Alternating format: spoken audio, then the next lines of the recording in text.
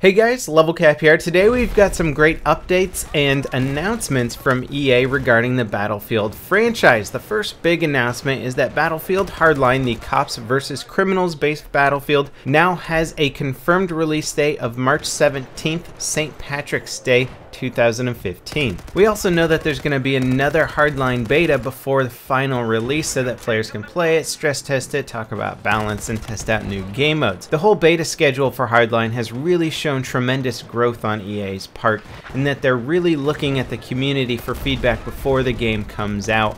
And it's nice to see this step in the right direction, compared to previous Battlefield games where the betas were really more of demos used to stress test the network before the launch of the game, so they weren't intended as vehicles to actually modify or make updates to the game before launch. This really shows that EA is very concerned with what the community thinks about their game, and they're actually going to make changes based on the feedback. It's just a really nice thing to see, especially with a big AAA EA title. In addition to the new Hardline release, we've also got news that there's going to be a new Battlefield game coming out in holiday season 2016. Now this is quite a ways off, and EA has stated that they really want the community to be able to fully experience their current Battlefield games before moving on to the next title. And I do agree with this release schedule and this process. Battlefield games are so complex and they have so much weapons and so many things to do that you really can play it for a period of 2 years before feeling like you want to move on to a new title. Now holiday 2016 means that Battlefield Hardline will have been out for almost 2 years.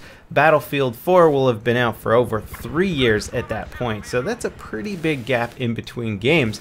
However, I have a feeling that they're doing this also so that Battlefront, which is coming out in 2015 during the holiday season, will also have a lot of time to essentially be absorbed by the community rather than being overshadowed by a big Battlefield release. As far as the theme of the next Battlefield game goes, we have no idea. It could be Battlefield 5, it could be Battlefield Bad Company 3, could be Battlefield 2143, it could even be Battlefield 1944, maybe? I mean, they could go back to the World War II era. There's a lot they could do. I'm sure it's not another cops and robbers game, just because that would be a risky business decision to do back-to-back cops and robbers games when you haven't seen the first one's success yet. But there's still a lot of options out there. What do you guys think it's going to be? Let me know in the comments actually what you think, or at least want the next Battlefield game to be. Now Battlefield 4 CTE has been constantly evolving and going through changes. One of the cool additions to CTE is the ability for console premium users to partake in it.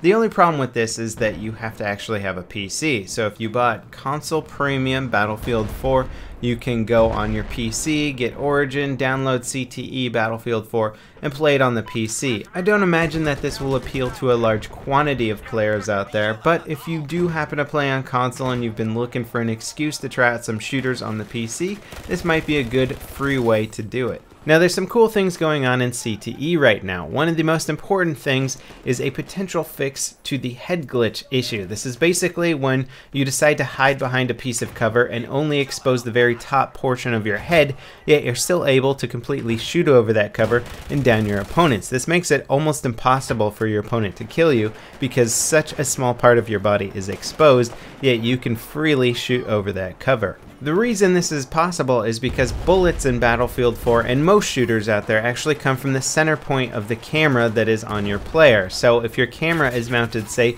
at eye level of your soldier, then bullets are going to be coming out of your eyes. So as long as your eyes can see over cover, then you can shoot from that piece of cover. Currently, the camera in Battlefield 4 is actually above the player's eyes, which really allows you to minimize your exposure even further. Now, what some games do is they actually move the camera down to around the neck level of the soldier. This means that in order for you to shoot over cover, you have to expose your entire head and not just the top portion of your head. Now the head glitch fix in CTE only applies to several guns in the game: the M1014, the M40A5 sniper rifle, the M4 PDW, the MG4 machine gun, the QBU-88, the Scar-H assault rifle, the Deagle pistol, and the MPX. Now if you equip these weapons and try and shoot over cover, at least close range, you'll notice that some of your bullets are going to hit the cover a tiny bit. What this means is that the center point of the camera is no longer the spawn location location for projectiles. It's actually been moved down ever so slightly. This is going to make head glitching in certain areas a little bit more difficult. As long as you're a decent distance away of some objects that you're trying to shoot over, you shouldn't see too many issues. But if you're right up against some cover and you're trying to head glitch and just barely shoot over something, your bullet should be hitting that cover, so it's going to minimize some of the head glitching potential in the game. It's hard to tell how players are going to react to this, but it is a good representation of realistic shooting. It's called height over bore, the distance between your scope and the barrel of your gun.